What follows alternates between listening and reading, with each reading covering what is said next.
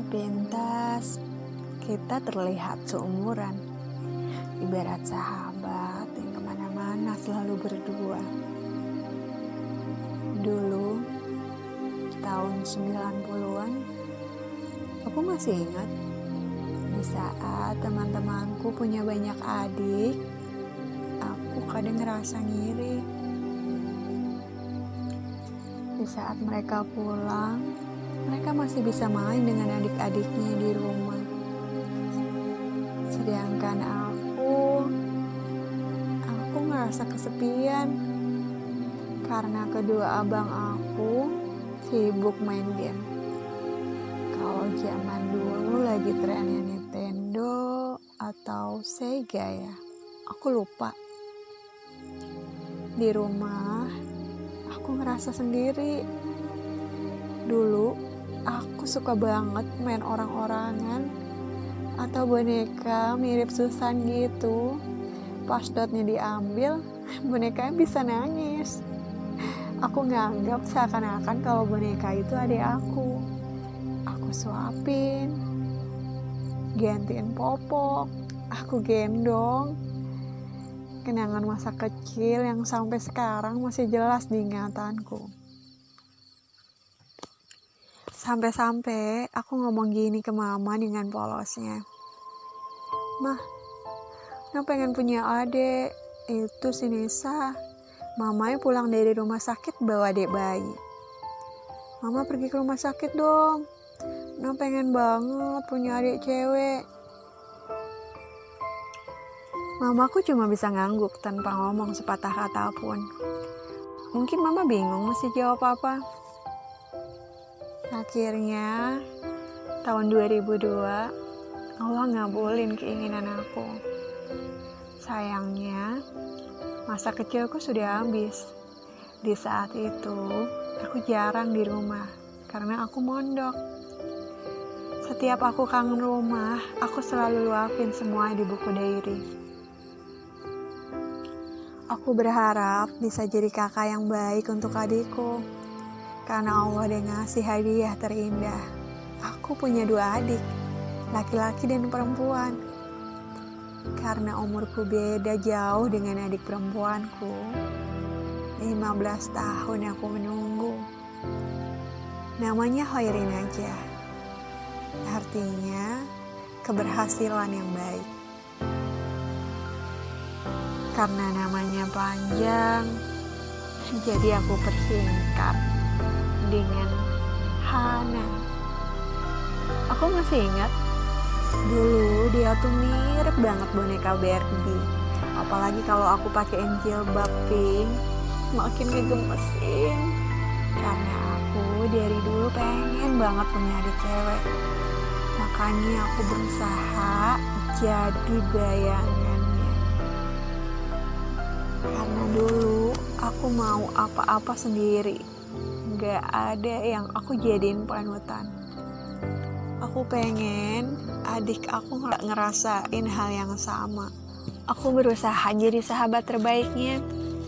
Bahkan walaupun aku dia punya anak 2, perhatianku gak berkurang. Mungkin aku lebih perhatian ke adik aku daripada ke anak-anak.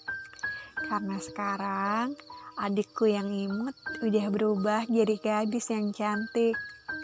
Aku berusaha tetap bisa jadi sahabatnya. Meskipun aku gak bisa 24 jam bareng dia.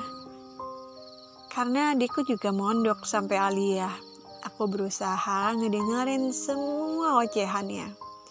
Bahkan 3 tahun lalu, waktu dia tamat sanawiyah, awalnya dia gak mau lanjutin mondok. Dia mau sekolah SMA atau aliyah di luar. Dan aku orang yang pertama matahin keinginan dia. Sampai-sampai dia nekat daftar SMA tanpa bilang-bilang. Aku ngerti banget perasaan anak ABG yang pengen ngerasain dunia luar. Mungkin dia sempat depresi karena keinginannya gak kesampaian. Dan Allah pun nakdirin dia buat mondok lagi. Sebagian orang pasti memandang caraku salah. Tapi zaman sekarang udah berubah, dimana anak kecil udah bisa megang gadget. Beda sama zaman aku dulu. Emang gak jaminan sih kalau anak pondok bakalan jadi anak baik. Tapi seenggaknya kalau kita niat karena Allah, insya Allah, Allah yang bakalan jaga diri kita. Dulu, waktu adik aku masih SD kelas 1, aku kuliah di luar kota. Sampai suatu hari, pas aku libur semester, aku jemput adik aku pulang sekolah. Aku nunggu di parkiran seperti biasa. Tapi karena nggak kunjung datang, sampai akhirnya aku mutusin langsung ke kelas.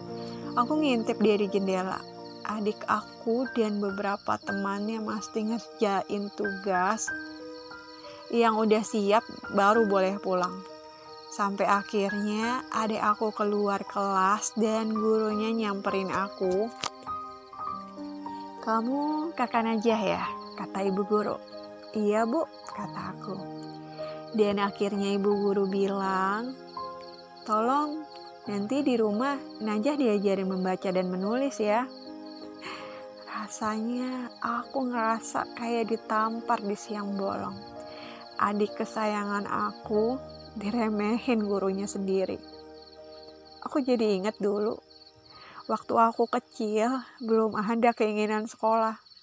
Yang mau sekolah itu mama, bukan aku.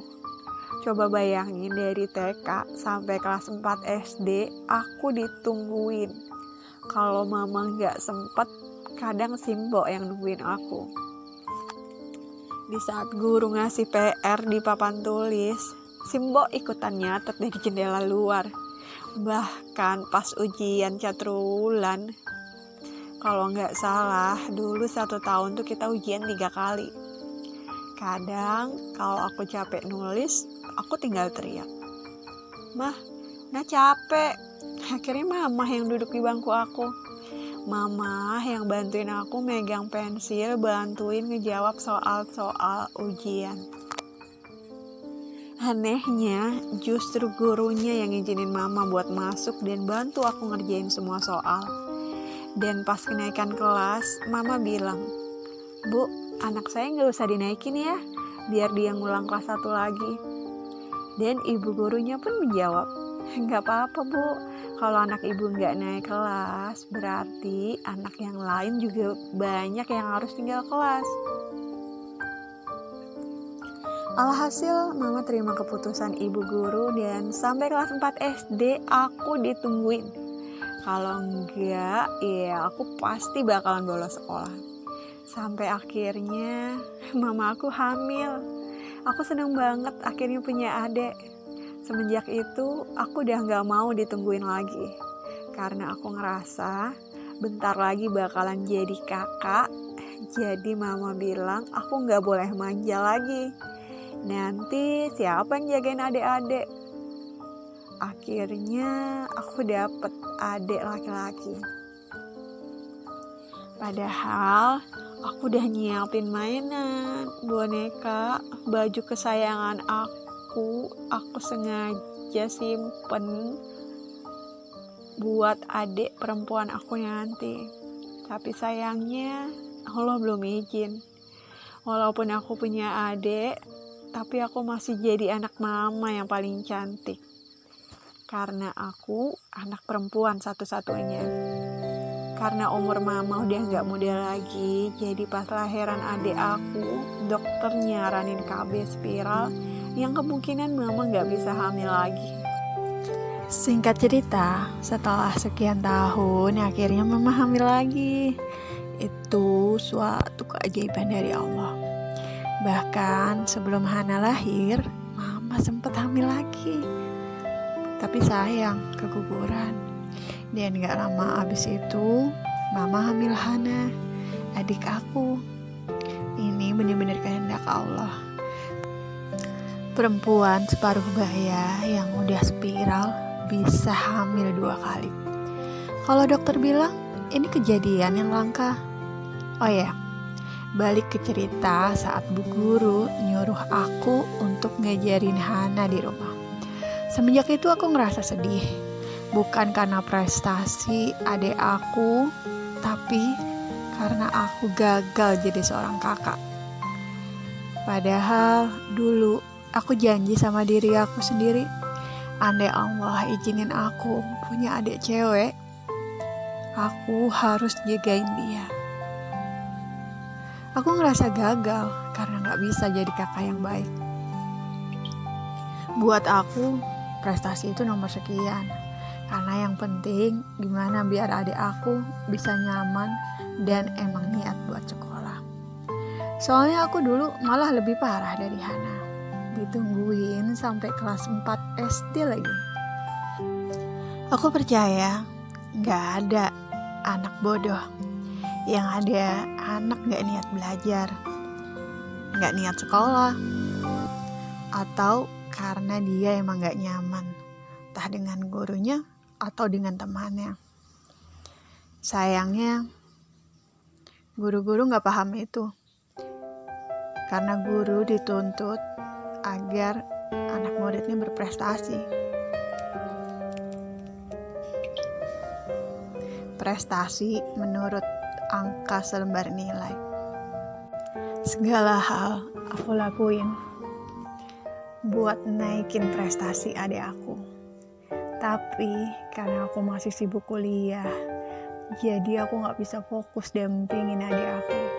Sampai akhirnya, kalau gak salah waktu tahun 2010, aku udah wisuda. Semenjak itu, aku punya banyak waktu buat ngajarin Hana main. Bahkan, aku dulu suka banget make upin Hana dan temen-temennya. Sampai suatu hari aku sengaja ngumpulin temen-temennya. Abis itu aku make upin, langsung aku bawa ke sawah buat pemotretan gitu, selayaknya seorang model. Kalau dipikir-pikir kayaknya alay banget ya. Mungkin karena waktu kecil aku berharap banget punya adik cewek. Makanya setelah aku tamat kuliah, aku ngerasa adik aku masih unyu-unyu. Jadi gak ada salahnya aku dandanin selayaknya aku mainin boneka Barbie waktu kecil. Apalagi dulu waktu aku masih alay banget di Facebook, aku jadiin Hana objek aku buat update di FB. Ada untungnya juga aku alay di FB. Hampir semua kenangan aku save di FB. Sampai-sampai sekarang kalau kangen masa dulu, aku tinggal lihat di FB. Sampai akhirnya Hana ikut les. Dan itu pun les sama ibu guru di sekolahnya. Semenjak itu prestasinya naik drastis.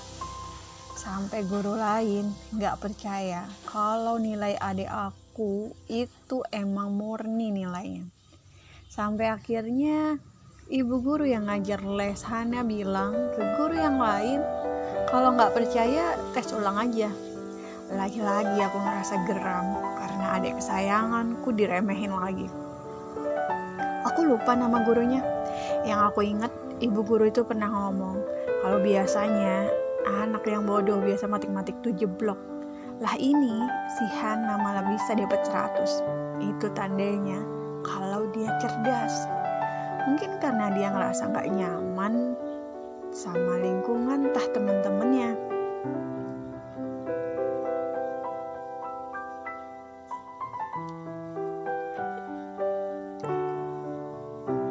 Jadi cuma beberapa pelajaran aja yang di atas rata-rata. Aku langsung ingat kalau adik aku pernah cerita kalau dia ngerasain dibedain sama gurunya. Dia ngerasa wali kelasnya cuma perhatian sama anak-anak yang berprestasi aja. Itu yang bikin dia salah satu nggak nyaman di sekolah. Aku masih ingat setelah aku tamat kuliah, sempat pas Hana mau ujian semester. Kebiasaan pagi sebelum berangkat sekolah, mama yang nyuapin Hana, aku yang tanya jawab soal-soal biar dia makin paham nantinya. Jadi sambil makan, tanya jawab pelajaran gitu. Mungkin kedengarannya lebay ya, tapi ini cara aku. Karena dulu gak pernah ngerasain kasih sayang kakak perempuan. Bahkan waktu pertama kali mondok, karena jarak pondoknya deket,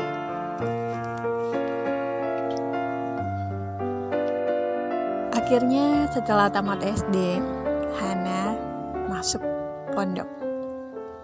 Bahkan waktu pertama kali mondok, karena jarak pondoknya deket banget dari rumah, jadi pertama kali aku sengaja nyuruh Hana berangkat sore aja. Jadi aku datang duluan ke pondok itu karena tempat tidurnya tingkat. Refleks aku langsung milih kasur yang paling di atas, karena kasur di bawah pasti bakalan susah. Soalnya adik aku tinggi. Jadi aku ngerasa justru aku yang mondok. Karena dulu aku pun pernah mondok. Jadi aku lebih paham apa aja kebutuhan anak pondok. Dari keranjang, gayung, bahkan gantungan baju dari hal sepele, aku namain pakai tip X biar nggak ketukar sama santri lain. Sampai bajunya aku yang rapiin dalam lemari. Aku jadi ingat kebiasaan anak pondok tuh biasa saling berlomba-lomba ngerapihin lemari masing-masing. Siapa yang paling rapi, dia yang paling kece.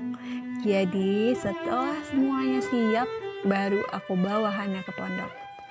Alhamdulillah, dia langsung bisa bersosialisasi sama teman-teman barunya. Adik aku yang aku tahu pendiam sama orang baru, ini dalam sekejap langsung nyambung sama temennya. Akhirnya aku yang ketagihan kepo, pengen tahu gimana perkembangan adik aku. Bahkan waktu awal mondok, aku bisa 3 kali datang dalam sehari. Ya, walaupun cuma nganterin cemilan buat Hana sama temen-temennya. Karena pengalamanku dulu mondok, rasanya seneng banget kalau ada orang tua temen aku yang bawain makanan. Pokoknya susah diungkapin dengan kata-kata. Bahkan beberapa hari sekali aku mutusin buat jemput baju kotor Hana. Karena di sana waktu itu belum ada tukang cucinya. Beda waktu aku dulu di AIC, karena zaman dulu belum ada laundry, jadi ada ibu cuci yang datang nganterin cucian kita. Karena santrinya banyak, iya tukang cucinya juga banyak. Satu tukang cuci bisa 5 orang. Sedangkan santrinya bisa ribuan kali ya. Aku juga lupa. Banyak banget. Ini cerita semenjak Hana masuk pesantren. Justru aku yang sibuk mondar-mandir ke kamar Hana cuma buat rapiin lemari sama ngajarin Hana cara ngerapiin kain spray. Kalau diingat-ingat, kadang aku suka senyum sendiri. Bahkan yang kolotnya lagi, Hana tuh sampai malu karena aku nganggep dia kayak anak bocah yang gak bisa ngapa-ngapain. Apalagi pas besok mau ujian, aku sengaja tuh malam-malam datang cuma pengen mastiin Hana belajar apa enggak. Daripada bengong, bagus aku nemenin Hana belajar. Coba bayangin, abis sholat isya, aku naik ke kasur Hana di bagian atas, aku duduk berdua ngajarin dia gimana kisi-kisi, gimana cara belajar. Kebut semalam cuma dari daftar isi. Aku lebih nekenin jangan belajar menghafal, tapi belajar memahami biar nyangkutnya lama. Aku tahu caraku berlebihan, tapi ini cara aku nembus kesalahan aku. Aku pengen bikin lembaran baru buat adikku tersayang. Dan alhamdulillah, semua berubah 360 derajat. Adik aku pun mulai aktif di organisasi sekolah. Adik aku yang waktu SD biasa aja, semenjak masuk pesantren, Allah rubah semuanya. Rasa terharu banget saat pengambilan rapor, adik aku bisa tampil ke depan. Rasanya aku kayak kebangun dari mimpi. Sampai akhirnya aku ngerasa kalau perhatian aku yang berlebihan cuma bikin dia gak mandiri. Akhirnya aku mulai jarang nengokin, karena pelajaran terberat itu bagaimana kita berani menghadapi masalah. Aku gak pengen bikin adik aku ketergantungan sama aku.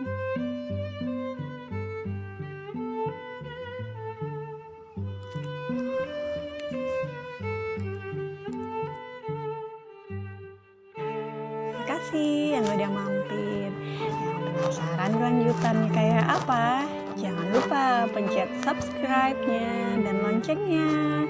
Kalau menurut sobat cerita aku bisa dijadiin pembelajaran buat yang lain, silakan di-share ke sosmed sobat Uma semua.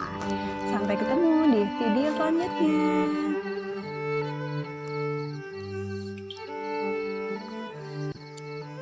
29 April 2017. Kasih sayang mama sepanjang masa.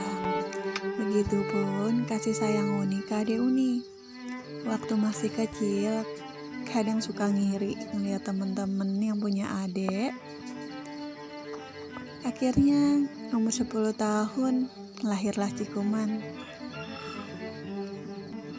Kemudian setelah 6 tahun baru dikasih dedek cewek sama Allah. Rasa seneng banget. Ini salah satu alasan Uma punya anak 2 dengan jarak 1,5 tahun, biar Zahi gak kesepian. Meskipun dia punya 2 anak, sedikit pun rasa sayang Uni ke adik-adik gak berubah. Untungnya si Hana mondok dekat rumah, jadi setiap hari bisa lihat perkembangannya langsung. Hampir setiap malam Jumat ikutan nimbrung sama anak-anak santri. Melihat mereka makan, tidur, belajar bareng, jadi keinget waktu mondok dulu. Seru kan? Keadaan di pondok kurang lebih kayak gini. Semoga nantinya ke depan generasi muda berbondong-bondong masuk pesantren. Amin. Makasih ya yang udah mendukung channel Uma Kece. Semoga ke depannya makin berkembang lagi.